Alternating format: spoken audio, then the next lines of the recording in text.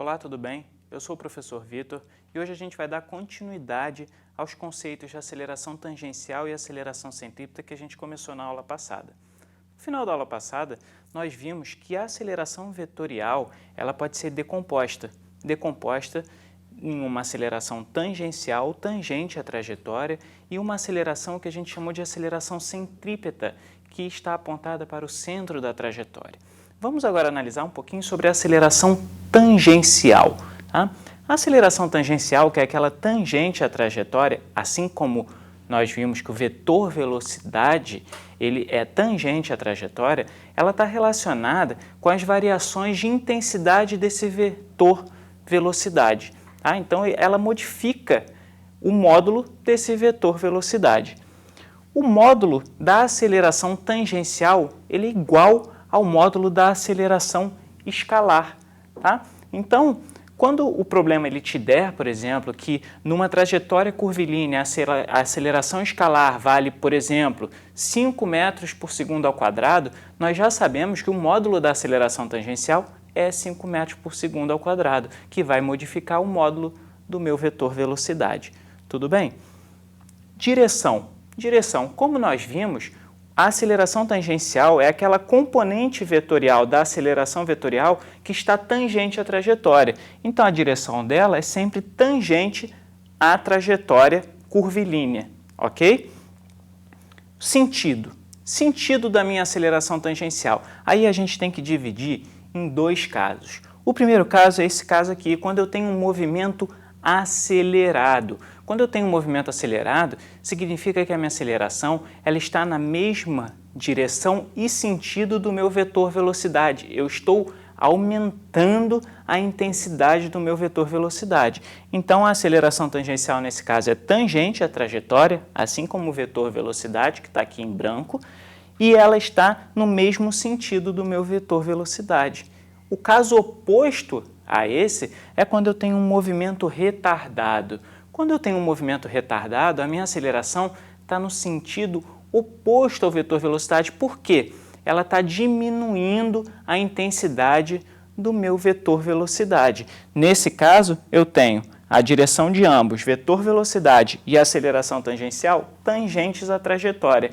Porém, o sentido da aceleração tangencial ele vai ser oposto ao do vetor velocidade. Tudo bem até aí? Vamos analisar agora a respeito da aceleração centrípeta. Tá? A aceleração centrípeta está relacionada à variação de direção da velocidade vetorial. O módulo da aceleração centrípeta ele é dado pela velocidade ao quadrado dividido pelo raio da trajetória. Ok? A direção ela é sempre perpendicular à trajetória. Então, se eu tenho uma trajetória curvilínea, a direção da aceleração centrípeta ela vai estar sempre perpendicular àquela trajetória. O sentido ele está sempre orientado para o centro da curvatura. Então, independente do ponto em que essa partícula estiver, o sentido da aceleração centrípeta ele vai estar apontado para o centro de curvatura. Uma observação apenas para a gente. Nos movimentos retilíneos, diferente dos movimentos curvilíneos, nos movimentos retilíneos, isto é, naqueles em que a direção da velocidade vetorial é constante. A direção da velocidade vetorial ela não modifica no movimento retilíneo. Nesse caso, a aceleração centrípeta ela vale 0. Tudo bem até aí? Vamos então demonstrar agora como que a gente chegou à fórmula da aceleração centrípeta igual a v ao quadrado sobre r. Vamos supor o seguinte, uma partícula está realizando um movimento circular uniforme. O que significa um movimento circular uniforme? Tá? A intensidade do vetor velocidade se mantém constante ao longo do movimento. A velocidade é constante. Tá? Sendo assim, a aceleração escalar é igual a 0 e a aceleração tangencial também é igual a 0. Tá? Essa partícula vai descrever esse movimento e ela vai sair de A e vai vir até B. Em A, nesse instante, ela tem velocidade VA e em B ela tem velocidade VB, que são iguais. Né? A aceleração escalar é 0, MCU, as velocidades são sempre iguais em módulo, não em direção e sentido, em módulo, ok? ΔT, vamos chamar de ΔT o intervalo de tempo gasto para essa partícula ir de A até B. E a aceleração vetorial média, o módulo dela, é o módulo da variação do vetor velocidade dividido pelo intervalo de tempo. Vamos olhar para cá, eu chamei de θ esse vetor entre os dois raios, tá? Os raios que estão ligando o centro de curvatura ao ponto A e o centro de curvatura ao ponto B. Tá? Vamos fazer o seguinte, vamos calcular o ΔV agora, vetorialmente. Tá? Quem vai ser o ΔV? VB menos VA. Quando a gente faz aqui o ΔV, tá? VA nessa direção e sentido, VB aqui, o ΔV, VB menos VA, é esse vetor aqui. Esse ângulo aqui entre VB e VA, ele também é θ. Por quê? Ângulo entre o ângulo formado por lados perpendiculares, eles são iguais, tá? Nesse caso aqui é θ e aqui é θ. Logo, eu tenho dois triângulos semelhantes aqui para a gente poder analisar, tá? Por esses triângulos semelhantes, o que a gente consegue extrair, tá? O lado oposto ao ângulo θ nesse triângulo de baixo é o ΔV. Ele está para o lado oposto ao ângulo θ nesse triângulo rosto, que é o quê? É o segmento AB. Assim como o VA, aqui, desculpem, tá? O VA, ele vai estar para R. Aí você vai falar, por que o VA está para R? Olha para cá. R e R. O VA está para R e o VB também está para R. Por quê? Porque esse triângulo aqui é isósceles, R e R. Então, o VA está para R, eu poderia ter colocado aqui sem problemas nenhum, o VB está para R também, tá? Porque esses lados vão estar para esses lados aqui. Tudo bem? Vamos resolver isso aqui, tá? Quando a gente faz o nosso tempo tender a zero, tá? Ou seja, eu pego intervalo de tempos cada vez menores, ou seja, o que eu estou fazendo aqui? Eu estou diminuindo muito esse A e B aqui, essa curvatura aqui, ela vai diminuir muito, esse comprimento de arco, ele vai diminuir muito, porque o tempo está tendendo a zero, tá? É quase instantâneo. Nesse caso, o nosso segmento AB, ele é aproximadamente igual ao nosso arco AB. Nosso arco AB vai ser aproximadamente igual ao nosso segmento AB.